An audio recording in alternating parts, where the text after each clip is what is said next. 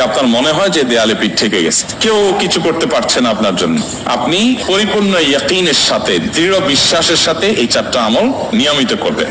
সকল পেরেশানি থেকে, সকল টেনশন থেকে বের হওয়ার পথ আল্লাহ তাআলা অলৌকিক ভাবে তার জন্য আবিষ্কার করে দিবেন। ইনশাআল্লাহ গুলি মিস হতে পারে, আপনার দোয়া মিস হবে না। আমি এমন এক ভয়াবহ বিপদে আছি যা থেকে উত্তরণের কোনো পথ আমার সামনে খোলা নাই, এমন কোন আমল শিখিয়ে দিবেন যে আমলের মাধ্যমে এই ভয়াবহ বিপদ থেকে আমি রক্ষা পেতে পারি। ভাইরা আমার, এই ধরনের প্রশ্ন আমাদের কাছে অহরহ আসে যে এমন বিপদে আছেন যে বিপদ থেকে আসলে রক্ষা পাওয়ার জন্য আপাত দৃষ্টিতে কোনো পথ ওই দু চোখে দেখতে পাচ্ছেন না, এক কথা দেয়ালে পিঠ থেকে গেছে। তো এইরকম পরিস্থিতিতেই একজন ইমানদার আল্লাহ রাব্বুল আলামিনের কাছে তার এই সমস্যাকে তুলে ধরবার জন্য কয়েকটা আমল আমরা বলতে পারি, যে আমলগুলোর মাধ্যমে আল্লাহ তাআলা ওই অসম্ভবকে তার জন্য সম্ভব করবেন ইনশাআল্লাহ।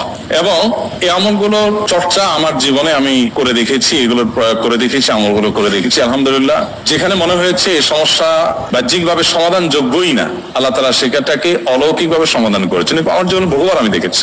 এরকম চারটা আমল আছে যেগুলো আমরা কোনো বিপদে পড়লে, নারী হোক, পুরুষ হোক, পারিবারিক হোক, আর্থিক হোক বা নিরাপত্তা সংশ্লিষ্ট হোক, যে কোনো সমস্যা হোক, যদি আপনার মনে হয় যে দেয়ালে পিঠ থেকে গেছে, কেউ কিছু করতে পারছে না আপনার জন্য, আপনি পরিপূর্ণ ইয়াকিনের সাথে, দৃঢ় বিশ্বাসের সাথে এই চারটা আমল নিয়মিত করবেন। এবং আমি বহু মানুষকে পার্সোনালি এটার পরামর্শ দিয়েছি, ওনারা আমল করেছেন, আমল করে উপকৃত হয়েছেন। এরকম বহু মানুষ আছে, বৃদ্ধ মানুষ, বাবা ক্যান্সারে আক্রান্ত হয়েছেন অনেক দেরিতে, আল্লাহ তাআলা অলৌকিকভাবে সাহায্য করেছেন। হ্যাঁ, কখনো যদি আল্লাহ তাআলা এই আমলগুলো করার পরও আমার বিপদ দূর না করেন, তাহলে হয় আমার আমলের মধ্যে কোনো ত্রুটি ছিল, অথবা আমার এই বিপদ দূর না হওয়ার মধ্যে আমার জন্য কোনো কল্যাণ নিহিত ছিল। আল্লাহ তাআলা আমার দোয়া কবুল করে যে উপকার হতো তার চেয়ে বেটার কিছু হয়তো আমাকে দিবেন, এই ইয়াকিন একজন ইমানদারের থাকবে। সেই চারটা আমলের এক নম্বর হলো ইস্তিগফারের আমল। ইস্তিগফার, আপনি ফেসে গেছেন কোন জায়গা, কোনো উপায় পাচ্ছেন না, আপনি ইস্তিগফার করতে থাকেন। আস্তাগফিরুল্লাহ ওয়া আতুবু ইলাইহি, আস্তাগফিরুল্লাহ ওয়া আতুবু ইলাইহি, আস্তাগফিরুল্লাহ ওয়া আতুবু ইলাইহি, আস্তাগফিরুল্লাহ, আস্তাগফিরুল্লাহ, আস্তাগফিরুল্লাহাল্লাযী লা ইলাহা ইল্লা হুয়াল হাইয়ুল কাইয়্যুম ওয়া আতুবু ইলাইহি ওয়া লা হাওলা ওয়া লা কুওয়াতা ইল্লা বিল্লাহ।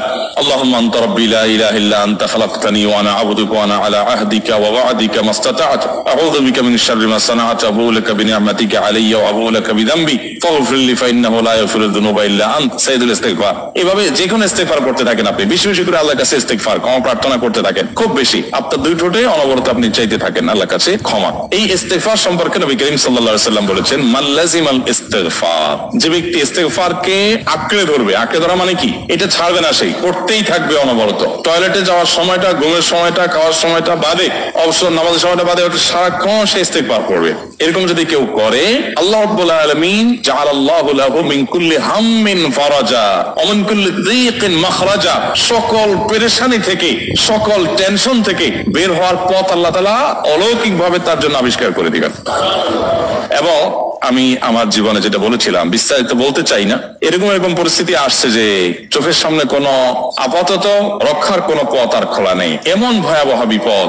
ইস্তিগফার করতে করতে এমন ভাবে আল্লাহ তাআলা সাহায্য করেছেন যে এটা কল্পনা করলেও মনে হয় যে স্বপ্নের মতো। কিভাবে এখন এই লোক এই জায়গায় আসলো আমার সাহায্যের জন্য, এই লোক তো এটা আমি এই জায়গায় আসার কথা না, ঠিকুনি এসে হাজির হয়ে গেলেন এবং উপকারটা, আমার সমাধানটা হয়ে গেল সমস্যা।